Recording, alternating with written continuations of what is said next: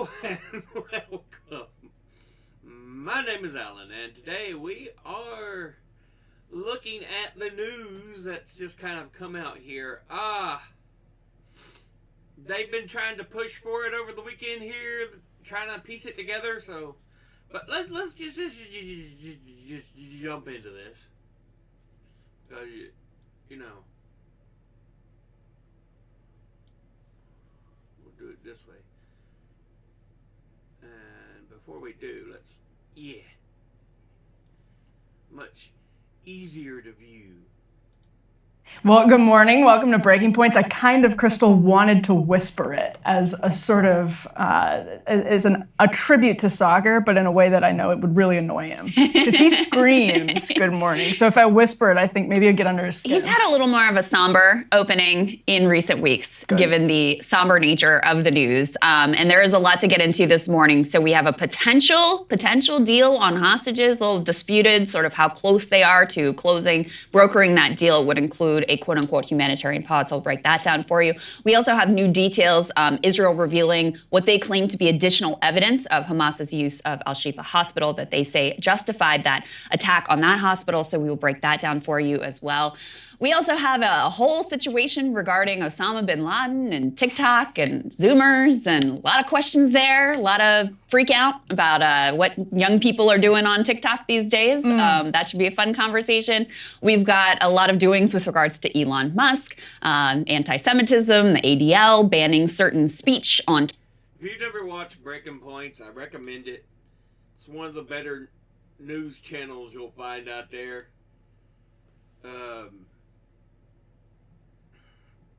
The two main hosts are Crystal Ball, and normally over here is Saagar and Jetty. Saagar was worked under Tucker Carlson for a while at Fox News. She was on MSNBC for a while. They both now work together on kind of a both sides news channel. But I think it's 2 days a week you have Emily Jashinsky and Ryan Grimm who takes Crystal's place. So yeah, she worked for the Washington Examiner, not to be confused with the Washington Post, but the Examiner is a right-wing newspaper, and Ryan Grimm worked on a number of different papers over the years. He's a real good voice to listen to if you want to hear anything about news and stuff. He does a good job on a lot of stuff. So yeah. Anyway, we have Emily and Crystal here. We're talking about a hostage deal for some women and children potentially having on the verge of having been reached.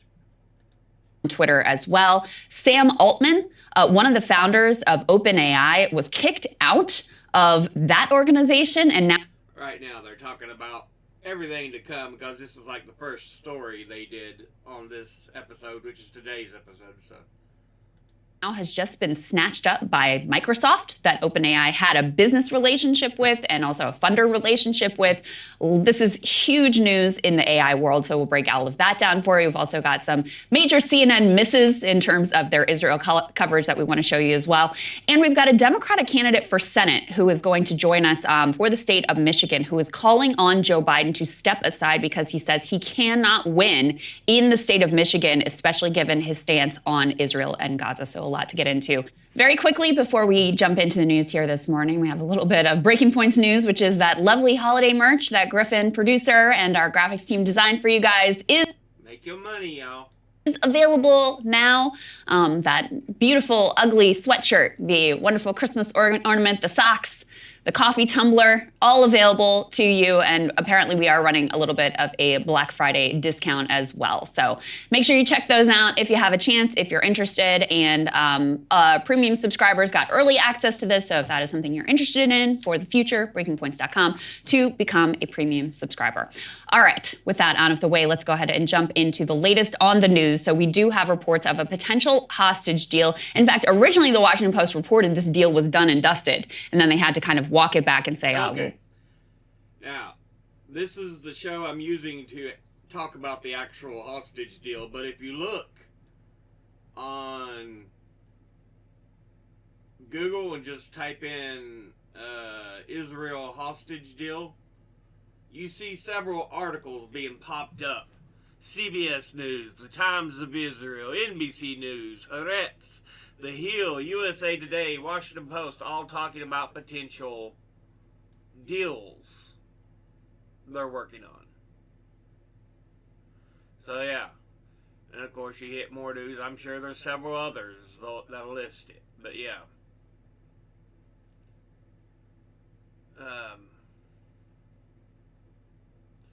So yeah, like I said, it's still being worked on. I don't think we have full agreement to it, but they have reached ? So yeah, it's the fine pieces of it are being worked out here. So anyway. We're still working out the details. Let's put this up on the screen from the Washington Post. The headline here, U.S. close to deal with Israel and Hamas to pause conflict, free some hostages. They had to change that headline after the U.S. pushed back on the idea that this had already been completed. So here are the details of what's being reported in the Post. They say there is a detailed 6-page set of written terms that would require all parties to the conflict to freeze combat operations for at least 5 days, while an initial 50 or more hostages are released in smaller batches every 24 hours. So yeah, they bomb this small strip of land for a month and a half, and now it's like, yeah, go ahead and release a few hostages. You know some of the hostages that are probably dead is because you bombed the goddamn shit out of the fucking area? I mean, honestly, you bombed the goddamn fuck out of it. And if you try to act like some of the deaths are not your fault, you're a damn fool. Not immediately clear how many of the 239 people believed to be in captivity in Gaza would be released under the deal. Also not clear, by the way, whether the U.S. citizens who are being held would be part of that deal. They say that overhead surveillance would monitor movement on the ground to police the pause. The stop in fighting is also intended to allow a significant increase in the amount of humanitarian assistance, including fuel, to enter the besieged enclave from Egypt. After this article was initially published, and this is what I was referring to before, National Security Council spokesperson Adrian Watson tweeted that there was no deal yet, but we continue to work hard to get a deal.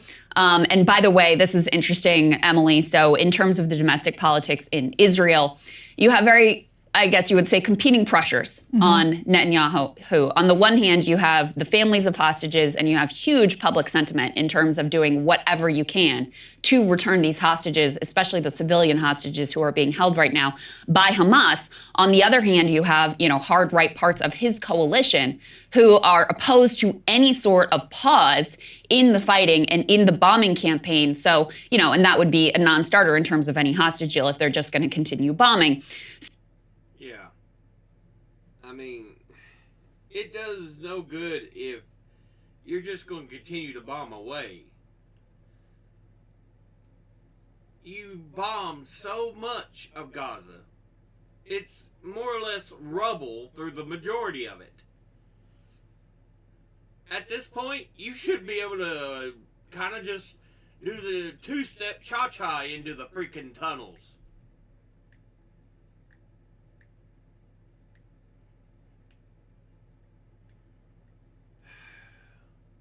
Honestly.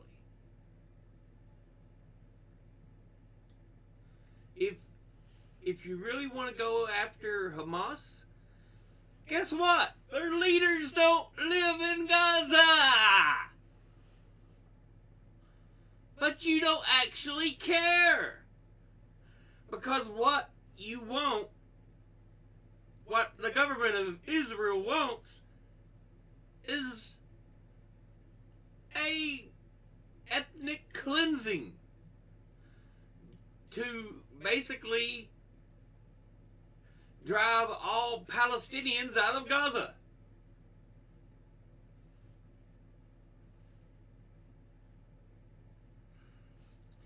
You know, they tell people, oh, it's safe if you go to the south, and then they bomb a border crossing in the south. And it's like, seriously? Seriously? I don't know how anyone trusts Israel's government right now. They are the biggest bunch of liars. So the way he is framing this is, for any international support to continue humanitarian aid is essential. Because of that, we accept the recommendation to bring fuel into Gaza, speaking about a smaller fuel deal that they've already made. But this is kind of the framing of, in order for us to continue the bombing campaign, we've got to maintain international legitimacy, and this kind of deal would be part of that. Right, which brings us to what Trita Parsi with our friends at the Quincy. Yeah. We've got to maintain some legitimacy, so let's do some humanitarian stuff. Let's get a trade in.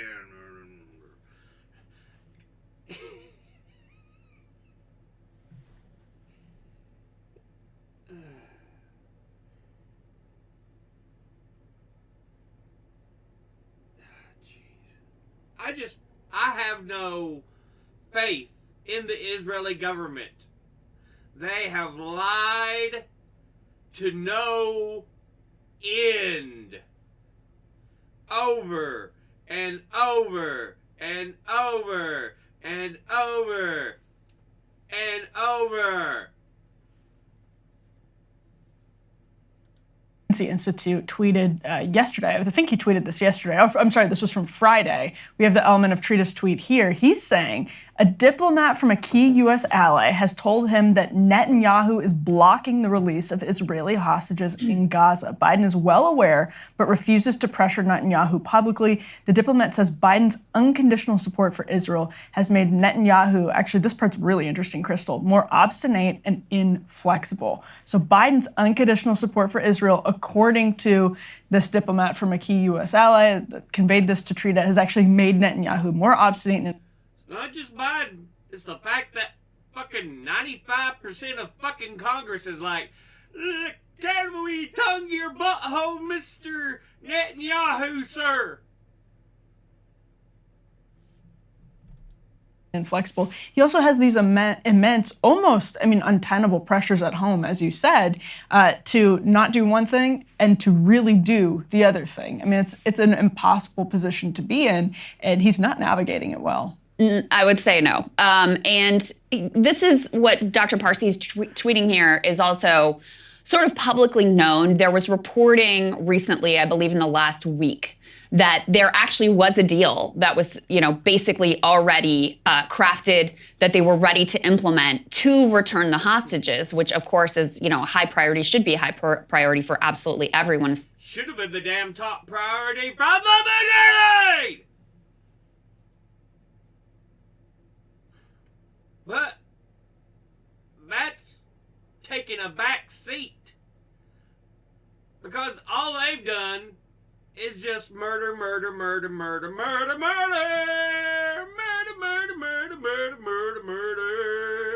Oh, you have nothing to fear if you aren't Hamas. Just go out of the way. Oops, we'll bomb where you're trying to run and hide. Oops, we thought you're Hamas. Hamas was using you as human shields, even though you're dead. Yay, yay, yay, yay. That's exactly what the hell Israel's government has been doing. Especially, as I said, the civilians who, should be left out of this entirely. They should be released immediately. And that deal was short-circuited by the ground invasion that occurred.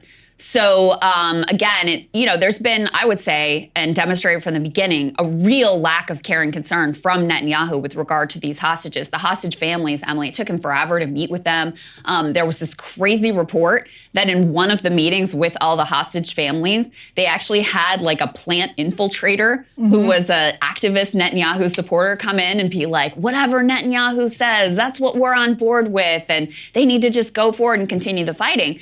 And keep in mind, as this bombing campaign, which has completely obliterated at this point Gaza City, and is now, we're going to talk about this, now they're moving into South Gaza, very place where they told everyone to flee to. They're now ramping up the bombing campaign there as well. Well, it's not only Palestinians who are at risk there. These hostages are also at grave risk the longer that this bombing campaign goes on. This deal was apparently mediated by Qatar and is being crafted. Qatar is kind of the go-between between Israel and Hamas in terms of these negotiations.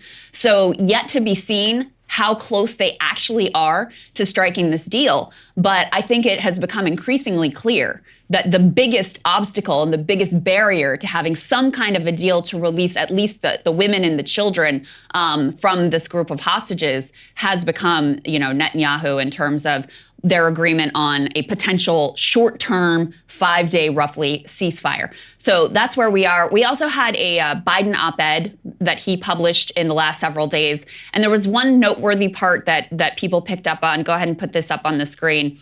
He is saying, as we strive for peace, Gaza and the West Bank should be reunited under a single governance structure, ultimately under a revitalized Palestinian Authority. As we all work toward a two-state solution, I've been emphatic with Israel's leaders that extremist violence against Palestinians in the West Bank must stop, and that those committing the violence must be held accountable. And this is the part people really picked up on. The U.S. is prepared to take our own steps, including issuing visa bans against extremists attacking civilians in the West Bank. And Barak Ravid, who's a reporter with Axios, his commentary on this is, he said, this matters. This is a big deal. It's the first time the U.S. is publicly considering individual sanctions against settlers. And Emily, just to lay out for people, part of why this is such a critical piece is the whole settlement movement, this illegal settlement movement under international law. The entire goal of it is to make a two-state solution impossible. And already you've had, and this has been occurring over decades, this is nothing new. It has ramped up under the Netanyahu administration, and it has further accelerated during this war on Gaza, as you have, this was already before October 7th, the most violent year that Palestinians in the West Bank had faced perhaps ever. And now that violence has only escalated. You have settlers coming in and attacking Palestinians, pushing them off their land. And oftentimes, it's not like they're just out there freelancing. In half of these instances over the years, the IDF is actively involved. So this isn't, again, some extremist group freelancing. This has been an official policy of the Israeli government in an attempt to make a two-state solution completely unviable because they have built out so many of these settlements within the West Bank territory. The whole thing is basically like Swiss cheese at this point. Yeah, I mean, and it was also the deadliest year for Israelis before October 7th as well, because the violence had been so bad in the West Bank. The tensions were so strong in the West Bank, and that's... Yeah, think about this. Israelis are basically allowed to settle Palestinian lands. And the lands where they're allowed to live have shrunk and shrunk and shrunk. Until recently, all they had was Gaza, which is a little strip of land on the southwest coast of the country, and the West Bank was in the east. But the West Bank has been slowly eat away at thanks to these settlers, and Gaza is more or less going to be ethnically cleansed. They won't all Palestinians out, more or less. We've already heard people calling out for, this will be Nakba 2023. I'm like, seriously? Seriously?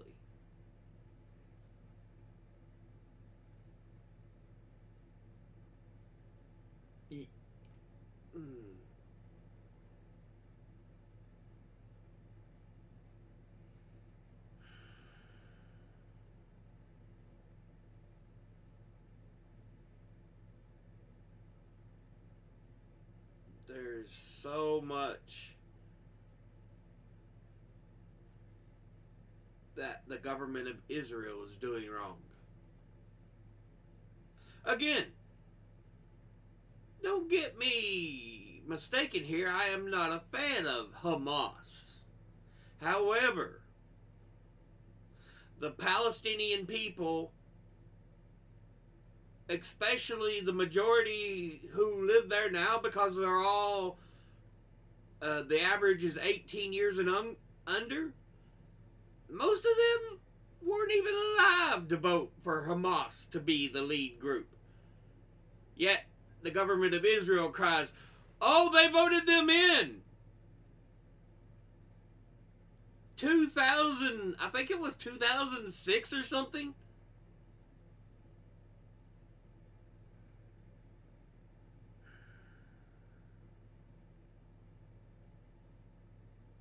I mean, my God.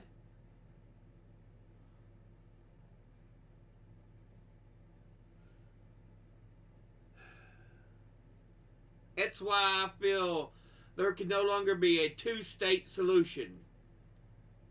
All Israelis, all Palestinians live in the land together as one nation. Period. The two-state solution will not fucking happen because you have people who are too hungry for war. So, Israeli people, Palestinian people need to share Israel.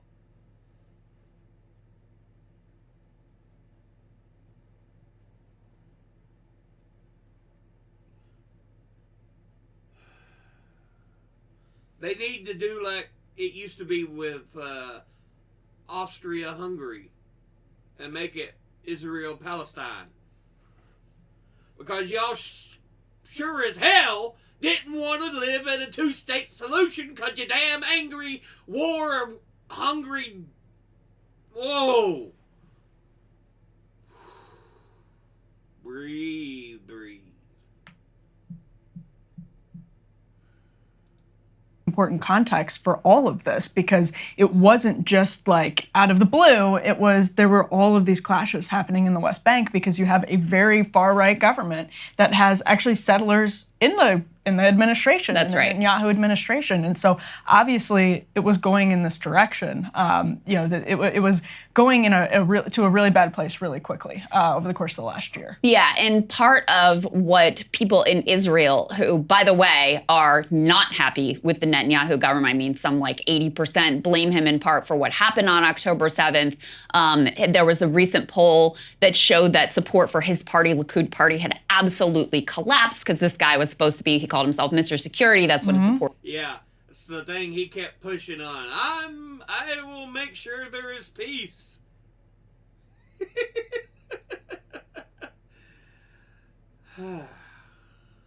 Mr. Peace spent too much time trying to break down the judicial branch so he could obtain more power.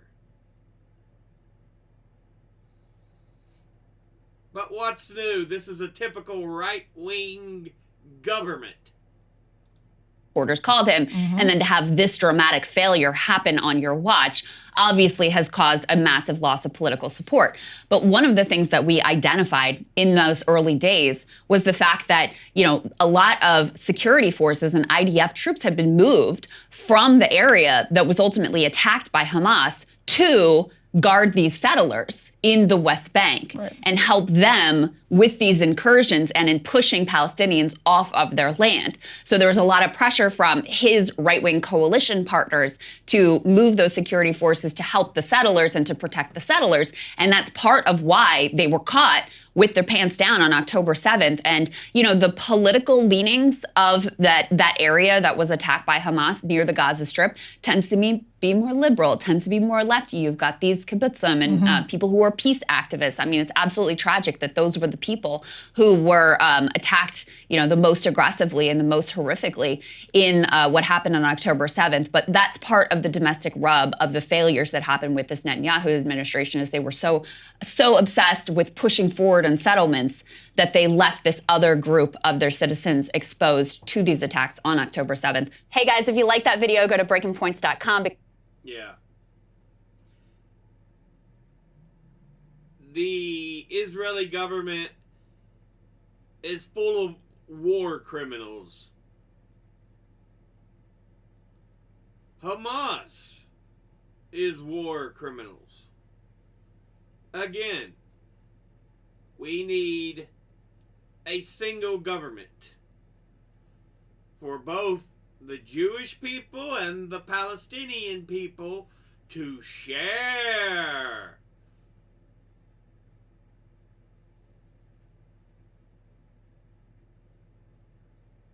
I mean, it makes a lot of damn sense.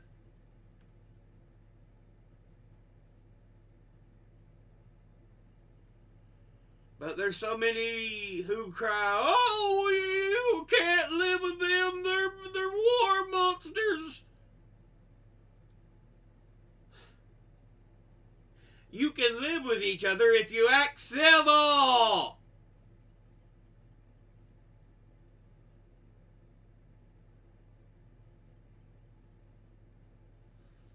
One thing you learn is that most people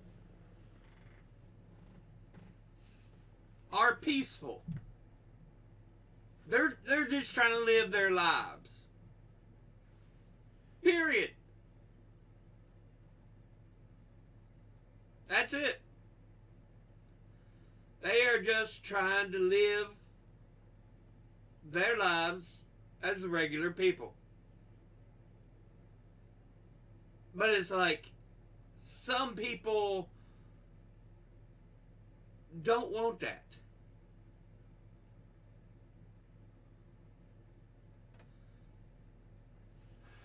And so they like to describe the others who most people could live together peacefully with as being monsters.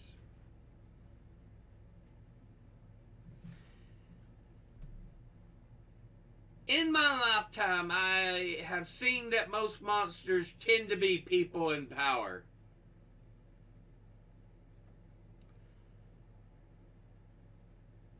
Usually it isn't the average person.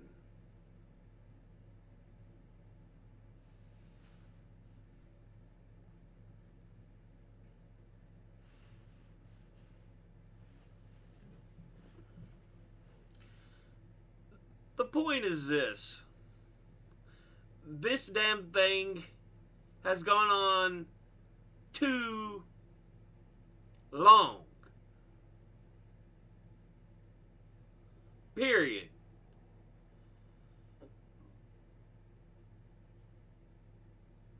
I mean, honestly. And I blame the U.S.'s government too, because like I said, about 95, 96, 97% of damn Congress wants the wars, wants the destruction. Biden won't do anything but kiss Putin, or Netanyahu's tail end. I was about to say Putin. Netanyahu's tail end.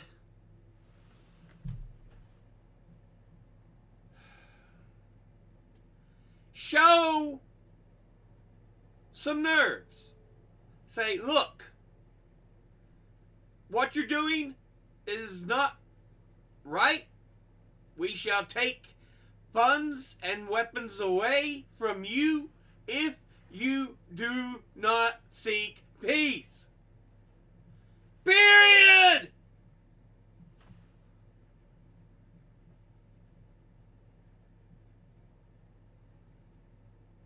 Instead, it's Let's see how many we can murder with this barrage of bombing.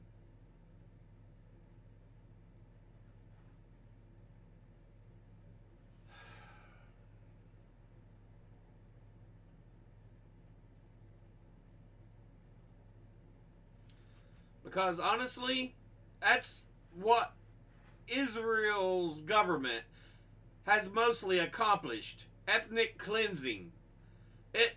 They have killed, I think, a total of 15, 16 actual members of Hamas and a few thousand innocent Palestinians. Yeah, that's a good ratio, I think.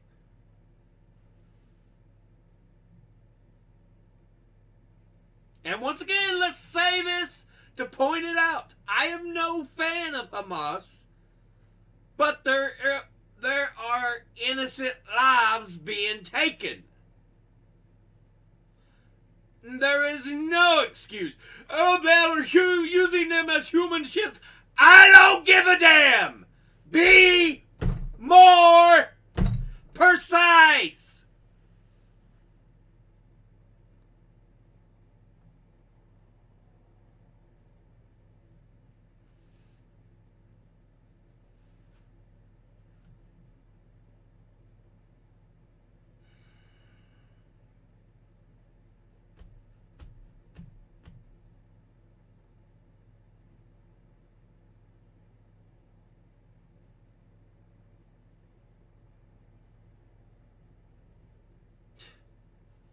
It's just frustrating.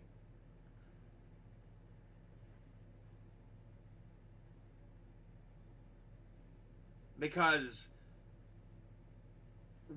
munitions and weapons made here in America are being used to commit genocide and slaughter. And no, I do not like this fact. Instead, we should be pushing for peace. I can't even hardly talk. I'm so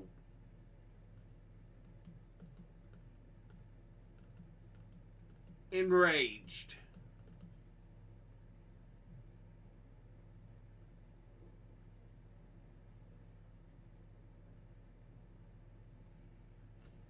Anyway.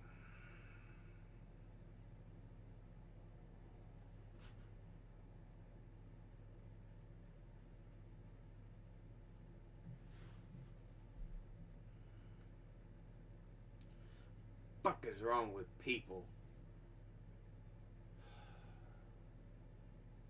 As always, educate thyself. Think, read, study, learn. Someone tells you something you have trouble believing, ask them to cite their sources. I'll be putting the link to this video in this video description box.